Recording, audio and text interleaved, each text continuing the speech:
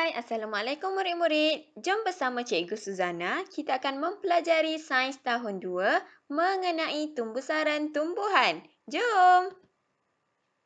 Okey, jadi pada kali ini objektif pembelajaran adalah yang pertama, murid boleh merekod perubahan tumbuh-saran tumbuhan bermula daripada percambahan biji benih dengan memerhatikan biji benih sebenar. Yang kedua, murid dapat menyusun mengikut urutan peringkat tumbuh-saran tumbuhan. Untuk itu, sebelum kita meneruskan pembelajaran kita pada hari ini, jom kita imbas kembali apa yang kita belajar pada topik sebelum ini. Masih ingat ke murid-murid tentang keperluan asas biji benih bercambah? Pada minggu lepas kita belajar bahawa biji benih memerlukan air, udara dan suhu yang sesuai untuk bercambah. Jadi murid-murid, bagaimanakah biji benih bercambah? Jom kita lihat pada video ini. Nampak tak murid-murid? Percambahan biji benih berlaku. Itulah percambahan biji benih.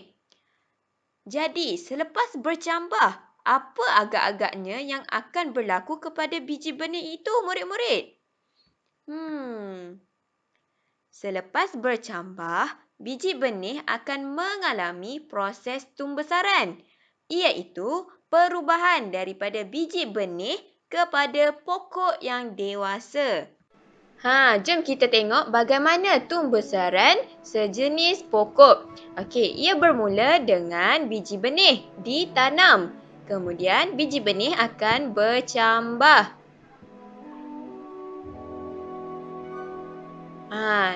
Kamu nampak tak? Lebih banyak akar-akar pokok tumbuh apabila biji benih bercambah.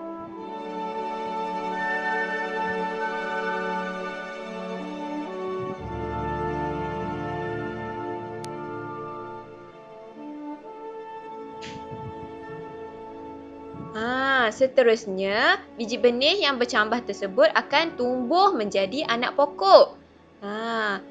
Jadi, mula-mula dapat 2 daun.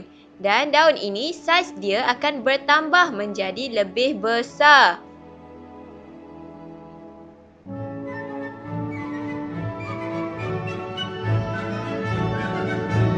Kemudian, lilitan batang juga bertambah menjadi lebih besar. Dan bilangan daun juga bertambah. Nampak tak? Bilangan daun semakin bertambah.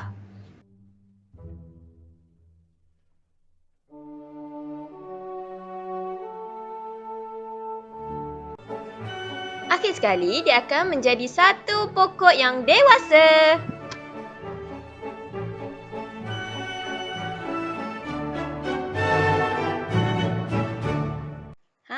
Berdasarkan video tadi, apakah perubahan yang kamu dapat lihat pada tumbesaran pokok itu? Di sini cikgu tunjukkan kepada kamu perubahan-perubahan yang berlaku semasa tumbesaran tumbuhan, iaitu bermula dengan biji benih ditanam, seterusnya biji benih bercambah menjadi anak pokok dan tumbuh menjadi pokok dewasa. Jadi, perubahan yang pertama adalah bilangan daun bertambah, di mana kamu dapat lihat pada anak pokok, bilangan daun adalah 2. Kemudian, apabila tumbuhan tersebut mengalami tumbusaran, bilangan daun bertambah menjadi 11. Cuba kamu kira. 1, 2, 3, 4, 5, 6, 7, 8, 9, 10, 11. Di sini murid-murid nampak tak? Semasa tumbesaran berlaku, bilangan daun bertambah. Contohnya dari 2 kepada 11. Selain itu, perubahan juga berlaku dari segi saiz daun, di mana pada hari ke-10, saiz daun adalah kecil. Kamu nampak tak dalam bulatan tersebut? Daun bersaiz kecil. Tetapi bila dia mengalami tumbesaran, iaitu pada hari ke-25, saiz daun semakin bertambah menjadi lebih besar. Nampak tak perbezaan saiz daun semasa tumbesaran berlaku?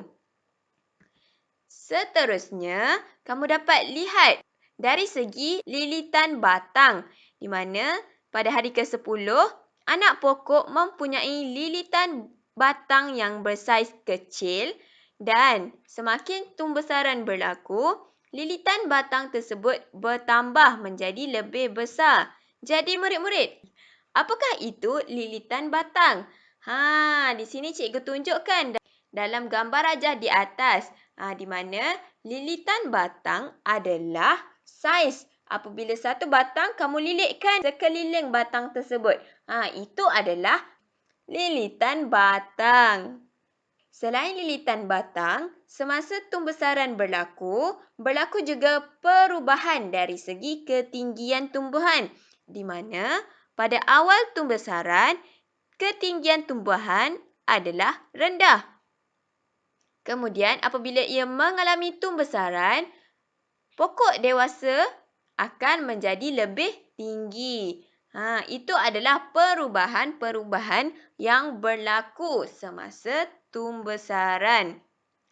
Jadi murid-murid, tahukah anda anak benih akan mengalami satu urutan tumbesaran? Dan urutan ini dinamai peringkat tumbesaran tumbuh-tumbuhan. Jom kita lihat peringkat tumbesaran tumbuh-tumbuhan.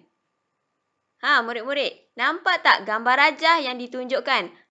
Itu adalah peringkat tumbesaran bagi pokok tomato. Jadi, mari kita susun peringkat tumbesaran pokok tomato mengikut urutan. Peringkat tumbesaran pokok ini bermula dengan biji benih ditanam. Ini adalah peringkat pertama di mana kita menanam biji benih dan kita sediakan segala keperluan asas bagi biji benih ini untuk bercambah. Seterusnya, apabila biji benih ini mendapat keperluan asas yang cukup, biji benih ini akan bercambah. Ini adalah peringkat kedua. Kemudian, pada peringkat ketiga, biji benih yang bercambah tadi akan tumbuh menjadi anak pokok. Seterusnya, pada peringkat keempat, anak pokok itu akan membesar menjadi pokok yang berbunga, di mana tumbuhnya bunga pada pokok tersebut. Dan akhir sekali, pokok itu akan mengeluarkan buah menjadi pokok berbuah, iaitu pada peringkat yang kelima, peringkat terakhir. Jadi murid-murid, lengkaplah kitaran peringkat tumbesaran pokok tomato, iaitu bermula pada peringkat pertama biji benih, kedua biji benih bercambah, ketiga anak pokok, keempat pokok berbunga dan yang terakhir peringkat kelima pokok berbuah. Jadi, faham murid-murid? Untuk seterusnya, sebagai tugasan pada minggu ini, murid-murid dikehendaki membuka buku aktiviti pada muka surat 32 hingga 34. Sudah bersedia murid-murid pada muka surat 32? Untuk tugasan ini, murid-murid perlu merekod tumbesaran pokok. Jadi, pertama sekali, murid perhatikan tumbesaran pokok tersebut, iaitu hari ke-5, hari ke-10 dan hari ke-15. Seterusnya, murid-murid perlu melengkapkan jadual tumbesaran pokok di bawah. Bagaimana nak melengkapkan tu? Murid perhatikan. Okey, yang pertama adalah saiz daun. Jadi, murid-murid perlu tengok. Okey, saiz daun bagi anak pokok pada hari ke-5 macam mana? Saiz daun dia kecil atau besar atau sederhana? Kemudian tulis. Saiz daun adalah kecil. Misalnya, ini adalah kecil. Okey, seterusnya nampak tak? pada hari ke-15. Okey, saiz daun macam mana? Kecil atau besar? Okey. Yang seterusnya, kamu lihat pula pada lilitan batang. Okey. Jadi, kamu perlu perhatikan anak pokok pada hari ke-5, bagaimana lilitan bulatan dia? Kecil atau sederhana atau besar? Kemudian, lengkapkan pada hari ke-10, kecil atau sederhana atau besar? Seterusnya, kamu perlu lihat dari segi bilangan daun. Okey, nampak? Pada hari ke-5, berapa bilangan daun? Kira 1, 2. Jadi, kamu tulis di ruangan ini 2. Seterusnya, pada hari ke-10, kira 1, 2, 3, 4, 5.